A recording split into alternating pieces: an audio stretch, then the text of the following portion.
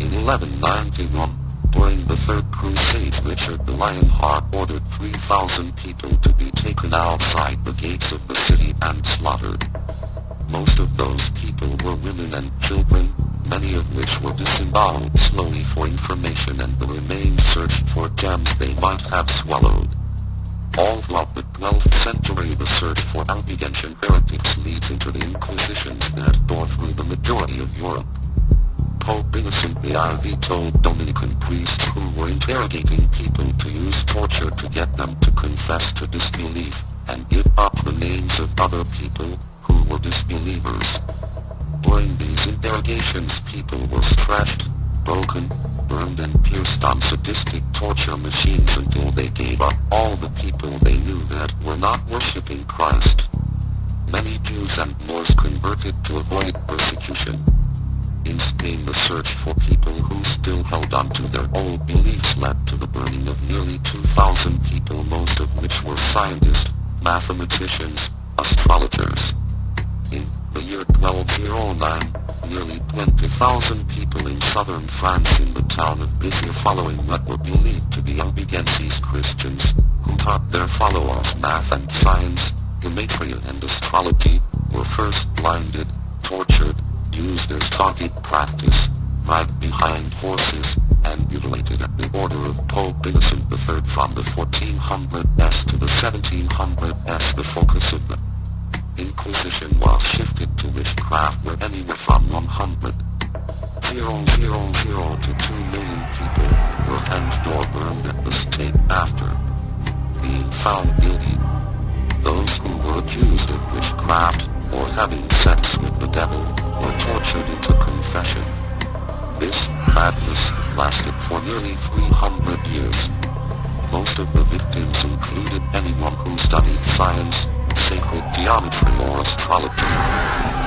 This would have been a pretty rough time to be living in.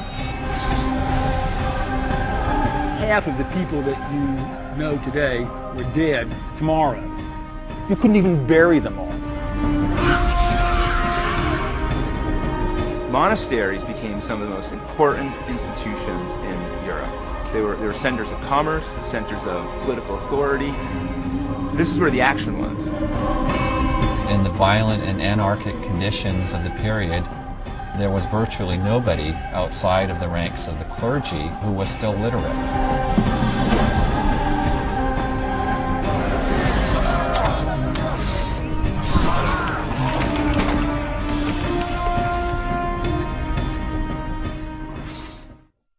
These artifacts come from all over Europe. Most of them date back to the 16th century.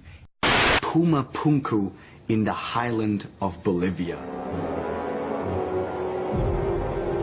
It's as if only master builders were allowed to work there. And together they make up what could be the creepiest collection in the world. Once you look at the devices, it's a very sobering moment. From the interrogation chair to the infamous iron mask, it's chilling to know these torture devices were made after the Dark Ages. If you were a blasphemer, that's when your tongue would be yanked. The collection, which contains more than 250 items, will be put up for sale by Guernsey's auction house on the Upper East Side of Manhattan. You look at some of these intricate little objects that on the surface have a certain charm to them until you realize what their purpose was, which was to cause great pain. Little objects like the Spanish pear. This brutal device was intended to be inserted into the mouth, have the handle turned, and these 4 items, these leaves would pop open in the mouth, destroy your teeth, and pretty much destroy the inside of your mouth.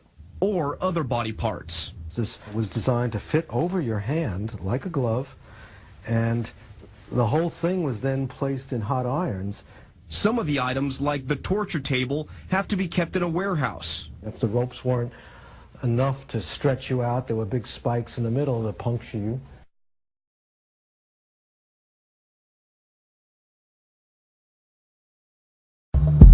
Once you step away from their television programs and their newspapers and their Bibles, it becomes very clear why they have implemented these religions.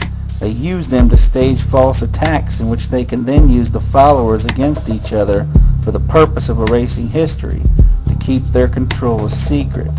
For example, in 1215, the doctrine of transubstantiation given out by the Fourth Lateran Council stated the host wafer during Mass actually transformed into the body of Christ. They then used this to spread rumors that the Jews were stealing the wafer to obtain the satisfaction of crucifying Christ again. The followers of the new sign then helped them round up all of the people who had knowledge of the things they were doing and killed them. This particular incident led to the death of thousands of Jews that knew about great technologies they had used to conquer the people of the past. Often described as the world's first mechanical computer, it dates back over 2,000 years. The Antikythera device was found in 1900 by sponge divers diving off a small island in the Aegean called Antikythera. There was a shipwreck there, and in it was a coral-encrusted box, and it was made of metal alloys. And it then went to the Athens Museum, where a good 50 years later, they were able to X-ray this box, and they were able to discern cogged wheels that were interconnected and give us a very good depiction of what this thing was. And it is a computer. It's a really sophisticated machine. It's a very interesting piece of technology because it served two purposes. One was that it was an astronomical device where you could, by using it, chart your position to the stars and navigate your way through the seas. It was also an astrological device so that someone could tell you, if you were born on this date and your planet sign is this, then certain things are going to happen to you when the planets are in this alignment.